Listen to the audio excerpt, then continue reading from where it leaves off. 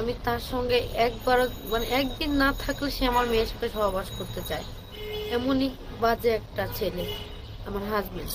কিন্তু আসসালামু আলাইকুম ভিউয়ার্স, আশা করি আপনারা সবাই ভালো আছেন। ভিউয়ার্স, এই ভিডিওটি সম্পূর্ণ আপনাদেরকে দেখাবো। ভিউয়ার্স, এই বোনটির স্বামী যদি এক রাত্র তার কাছে না থাকে, তার মেয়ের সাথে সহবাস করে। ভিউয়ার্স, এই বোনটির স্বামী একজন নেশাখোর, এমন ধরনের কথাই বলছিল বোনটি। তাই বোনটির মুখ থেকে শুনবো তার সাথে কি কি ধরনের খারাপ আচরণ করে। তাই ভিডিওটি শুরু করার আগে যে কথা না বললেই নয়, আপনি যদি আমার চ্যানেলের নতুন সদস্য হয়ে থাকেন এখনই সাবস্ক্রাইব করুন, আর সাবস্ক্রাইব করে থাকলে আপনাকে অসংখ্য অসংখ্য ধন্যবাদ। আমি তার সঙ্গে একবারও মানে একদিন না থাকলে সে আমার মেয়ের সাথে সহবাস করতে চায়। এমনই বাজে একটা ছেলে আমার হাজবেন্ড। কিন্তু তো এমন নরপিশাচের সাথে আপনি এতদিন সংসার করলেন কি করে বোন? আর আপনার বাবা মা কেন আপনাকে এখানে বিয়ে দিল? আমার বাবা মা বিয়ে দেয়নি আমাকে, আমার ছোট থেকে আমাকে এখানে রাখছিল, তাদের বাসা পালিত রাখছিল। ওখানে তারা আমাকে কাজের মেয়ে হিসাবেই রাখছিল, পালিত বাবা মা না, মানে কাজ করলে খাইতে দিত, না হলে দিত না। আর ওখান থেকে বিয়ে করছিলাম এই জন্য যে আমি ওখান থেকে হয়তো ভালো থাকবো বিয়ে করলে। বিয়ে করার পরে 3 দিন পরে আমাকে অর্থের জন্য সে বলছিল যে সে অর্থ আমার চায় না, সে আমাকে চায়। কিন্তু বিয়ে হওয়ার পরে তার 3 দিন পর থেকে আমার সঙ্গে নির্যাতন চলে। বাবা মার বাসা থেকে টাকা পয়সা আনতে বলে, মাইকডাউন করে, বাড়ি থেকে বের করে দেয়, খাবার দিতে চায় না, অনেক নির্যাতন করে। মানে কাজের টাকা নিশা পানি খাই, কিন্তু কাজের টাকা। হ্যাঁ, তার মানে নেশার জন্য কি করতে আমাকে একটু বলবেন?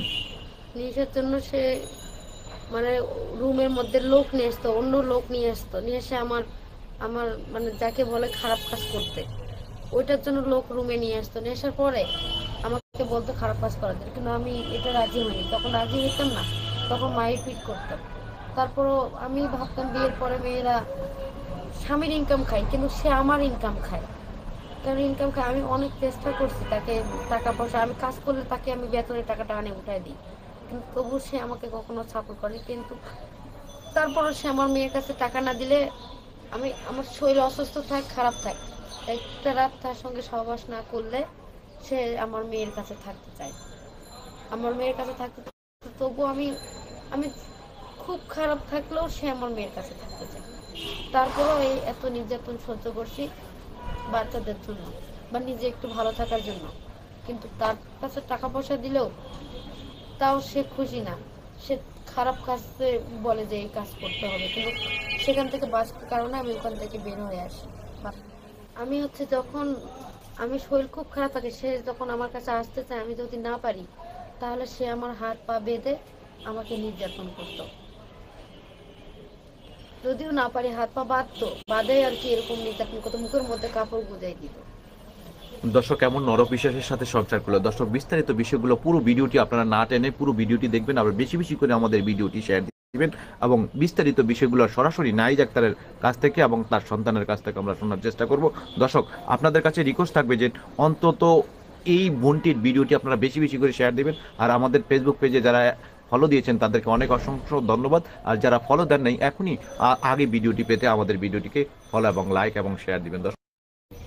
যে সে একটার পর একটা ক্ষতি করতেইছে, সে আমাকে ভোগ করা হয় না, তার নিজের বিয়ের কাছে যাইতে চায়। আর আমার বিয়ের বয়সও বেশি না, 4 বছর বয়স। আমি মা হয়ে এটা কখনোই মানিয়ে নিতে পারবো না, যার কারণে আমি ওখানে। তারই তো সন্তান। জি, তার সন্তান, কিন্তু সে মানতে রাজি নেই। এমন কোনো রাত নেই সে আমার সঙ্গে সহবাস করে না। তবু বাধ্যতামূলক আমি আমার বিয়ের জন্য তাকে ছাড়তে বাধ্য হয়েছি, কারণ তার অত্যাচারে কাজ করার পরে রাতে তাকে সময় দিতে হয়। 10-12টা বাসায় কাজ করি আমি, সকালে 7টায় যাই, রাত 8টায় আসি বাসায়। মানে আপনি বাসা বাড়িতে কাজ করে আপনার স্বামীকে খাওয়াতেন, নাকি স্বামীর কামাই আপনি খেতেন? না, আমার কামাই আমার স্বামী খাইতো। সে বসে থাকতো, কাজ করতো না, অনেক নেশা করে। আবার নেশা করে কাজ থেকে যাওয়ার পরে খাবার খাইতে দিত না, যে আমাকে আগে খুশি করাতে হবে, তারপরে ভাত খাইতে হবে, বা গাও গোসলও করতে দিত না, এরকম অত্যাচার করতো। ঘরে যাই আসবাবপত্র যা আছে সব ভাঙে দিত, নিজের পরার কাপড়টাও থাকতো না, আগুন লাগাই পুড়ে দিত। কি নাম আপনার স্বামীর? আমার স্বামীর নাম সাদ্দাম। সাদ্দাম। তো সাদ্দামের মানে কি ছবি আছে আপনার কাছে? জি, আপনার মোবাইলে সাদ্দামের, ছবি আছে? হ্যাঁ আমার ফোনে ছবি আছে, আচ্ছা, ওর মেয়ে সহকারে ছবি আছে। আমরা চাই এই যে ভিডিওতে বানিয়ে আপনার এই সাদ্দামের বানিয়ে ছবিটা দেখাতে চাই, এবং যাতে সরাসরি বানিয়ে স্ক্রিনে দেখে যাতে নরপিশাচের ছবিটা যেন আমরা দেখতে পাই। বোন, আর কোনো সমস্যা করতো কি সে বাসায়, মানে রাতের অন্ধকারে কোনো লোকজন ঘরে নিয়ে আসতো এমন কোনো? হ্যাঁ, তাকে আমি কাছ থেকে টাকা আনে দিতাম, বেতন উঠাই তার হাতেই দিতাম। কিস্তি ছিল, ঘর ভাড়া, রুম ভাড়া, কিস্তি, দিন কিস্তি, সপ্তাহে কিস্তি সব আমি চালাইতাম। বাসা ভাড়াও দিতাম, সংসারও চালাইতাম। কিন্তু সে নিজে খাওয়ার জন্য টাকা আমার কাছে চাইলে আমি টাকা যখন দিতে পারতাম না, তখন বাধ্যতামূলক সে টাকা যখন আমার কাছে পায় না, লোক লাগাই দিত।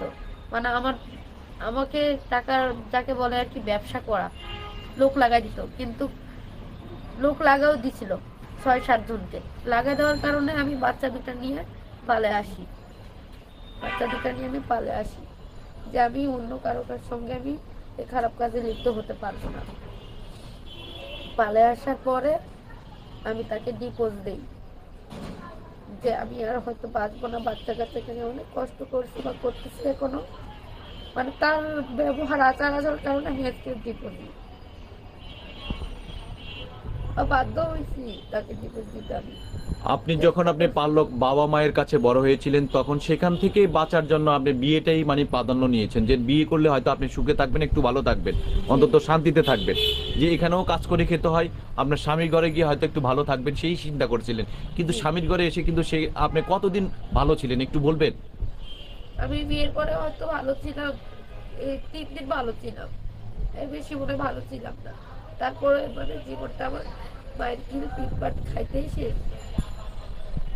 মানে আমি খুঁজে পাই না যে এই সময়টাতে আমি ভালো ছিলাম।